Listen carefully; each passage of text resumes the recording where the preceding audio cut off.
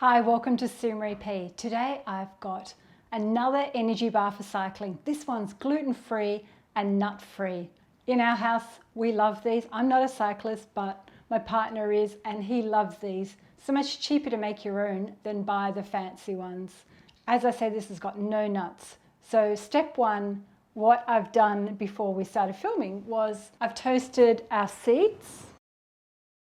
So I've toasted pumpkin seeds, half a cup, and half a cup of sunflower seeds. Not completely necessary, but the toasting just brings out the flavour. I've melted some dark chocolate. So this one is a 55% dark chocolate. You can do a 70% dark chocolate. And we're going to do dried figs, some spice, honey, and I'm using quinoa flour today, which is a high protein flour. But you can swap it out for another gluten-free flour like tapioca or rice flour. And we've got some sugar. So the next step is I need to melt the honey and the sugar in this pot. So we need to put a dash of water in, which is about a tablespoon. I've got half a cup of honey.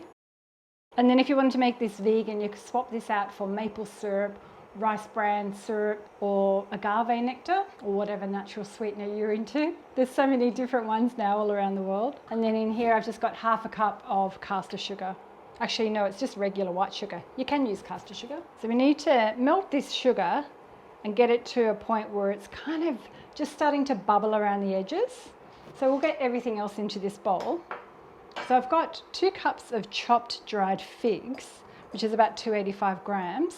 You can use dates, but I wouldn't use the pre-chopped dates. I'd use the soft big date or whatever dried fruit you like. And in here I've got 1.5 teaspoons of cinnamon and a half teaspoon of mixed spice, and you can mix and match whatever spice you like. This was originally based on an Italian recipe called pan forte, which means strong bread, and back in the 12th, 13th century, the monks and the nuns used to make it for their travellers, and they always put in a little bit of pepper. So I'm putting in a bit of black pepper just to give homage to the originators of this recipe. I'll stop talking. In here I've got the flour, so I've got 3 tablespoons of quinoa flour. And quinoa flour is slightly bitter in nature. So what I did to toast the quinoa before you use it, it just stops the bitterness coming through in the baked goods. So I toasted it the other day for an hour, but I just stopped it every 20 minutes and tossed it around. But whoops, this is ready. It happens so quickly that you just got to keep an eye on everything. So I need to throw everything in this bowl and start mixing. So toss all our seeds in, and then we need to pour this dark chocolate in. So my oven's been preheating on 150, and that's what I toasted the seeds at. You need to bake this on a low oven. Now, if you didn't have dark chocolate in the house and you wanted to make this, you can use cocoa powder. I've done one other recipe, which I'll pop a link up above, which was my original cycling bar recipe, which proved to be really popular amongst our cyclist friends. And then I'm going to put this hot liquid in. Traditionally, it's made in a round springform tin, and so then you can chop off triangle pieces to serve. But what we like to do is put it in the square, so then we can chop it into chunks. Perfect for cyclists. The traditional recipe used something like a wafer paper. We use an edible rice paper, which I just bought online at Amazon.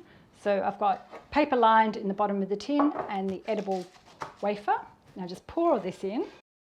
And it actually works better if you have a jug of water on standby and a metal spoon, or you can use something like that, which is a big metal dough cutter. So now that's all ready. We're going to bake this in the oven for about 30 minutes. We don't want to overcook it either. So back with our energy bar for cycling. It's out of the oven. And I've started chopping it. Let's just do a little taste test. That tastes really good with the seeds. I like it.